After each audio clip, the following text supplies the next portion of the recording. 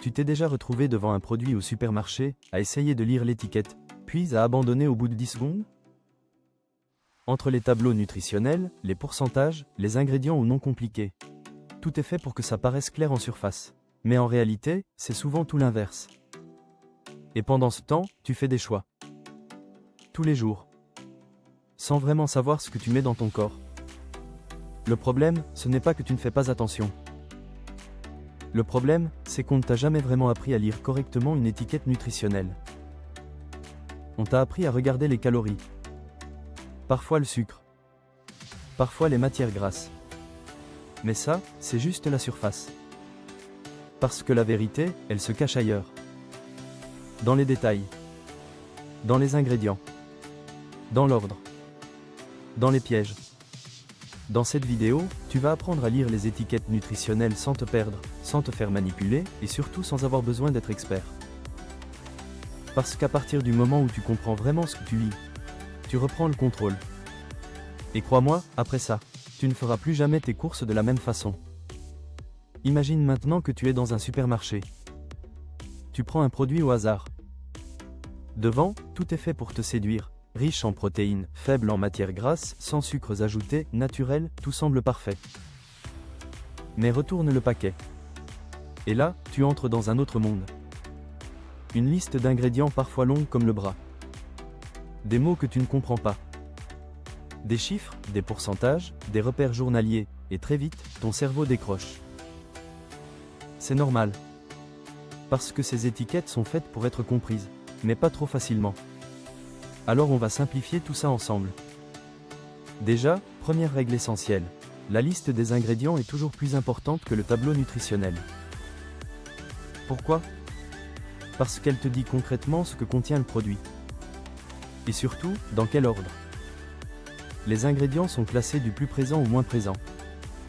Donc si le premier ingrédient, c'est du sucre, ça veut dire que le produit est majoritairement composé de sucre. Même si devant, il est écrit « healthy ». C'est là que beaucoup de gens se font piéger. Ils regardent les promesses marketing, mais ignorent la réalité de la composition. Deuxième point crucial, les sucres cachés. Parce que le sucre ne s'appelle pas toujours « sucre ». Il peut se cacher sous des dizaines de noms différents, sirop de glucose, sirop de fructose, maltodextrine, dextrose, saccharose, et parfois, les industriels utilisent plusieurs types de sucres différents dans un même produit pour qu'aucun apparaisse en première position. Résultat, tu as l'impression que le produit n'est pas trop sucré, alors qu'en réalité, il l'est énormément. Donc règle simple, plus il y a de noms différents pour désigner du sucre, plus tu dois te méfier. Ensuite, parlons du tableau nutritionnel. C'est souvent la seule chose que les gens regardent, mais mal interprété, il peut être trompeur. Déjà, il faut toujours vérifier les valeurs pour 100 grammes et pas seulement par portion. Parce que les portions indiquées sont souvent irréalistes. Un paquet peut te dire 120 calories par portion, sauf qu'en réalité, personne ne mange cette portion-là. Donc toujours revenir à une base comparable, 100 grammes. Ensuite, il y a quelques éléments clés à surveiller, les sucres, évidemment. Mais aussi les fibres. Un bon produit est généralement riche en fibres. Les protéines peuvent être intéressantes, mais attention aux produits ultra transformés enrichis artificiellement. Et surtout, les graisses. Toutes les graisses ne sont pas mauvaises. Mais les graisses trans et certaines graisses saturées en excès peuvent poser problème. Encore une fois, ce n'est pas qu'une question de quantité, mais de qualité. Maintenant, il y a un autre piège très courant, les mentions marketing.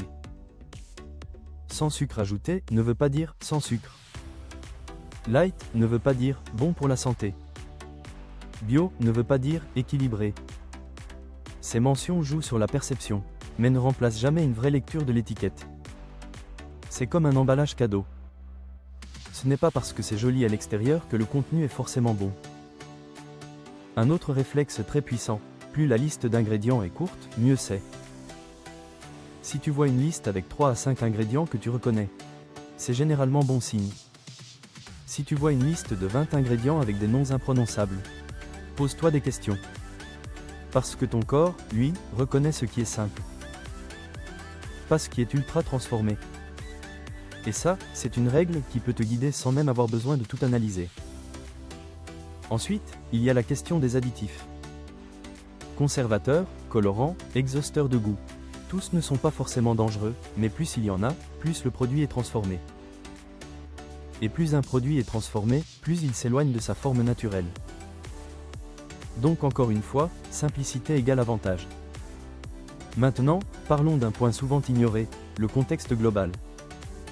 Un produit n'est pas bon ou mauvais dans l'absolu. Tout dépend de la fréquence, de la quantité et de ton alimentation globale. Mais savoir lire une étiquette te permet de faire des choix conscients. Et ça, c'est énorme. Parce que tu passes de « je mange ça au hasard » à « je sais ce que je fais ». Et cette différence change tout sur le long terme. Au début, ça peut sembler compliqué. Tu vas prendre plus de temps. Tu vas hésiter. Tu vas comparer. Mais très vite, ça devient automatique. Tu regardes une étiquette et en quelques secondes, tu sais. Tu sais si c'est un produit intéressant. Tu sais si c'est du marketing. Tu sais si ça vaut le coup. Et à partir de là, tu n'es plus manipulé. Tu choisis. Et ça, c'est probablement l'une des compétences les plus sous-estimées aujourd'hui. Parce qu'on mange tous les jours. Plusieurs fois par jour. Et chaque choix a un impact. Alors non, il ne s'agit pas de devenir obsessionnel. Il s'agit de devenir conscient. De comprendre ce que tu fais. De reprendre un peu de pouvoir dans un environnement où tout est fait pour te simplifier la décision. Mais pas forcément dans ton intérêt. Et la prochaine fois que tu seras dans un supermarché, que tu prendras un produit, tu ne verras plus juste un emballage. Tu verras une composition. Une réalité. Un choix. Et ça change absolument tout.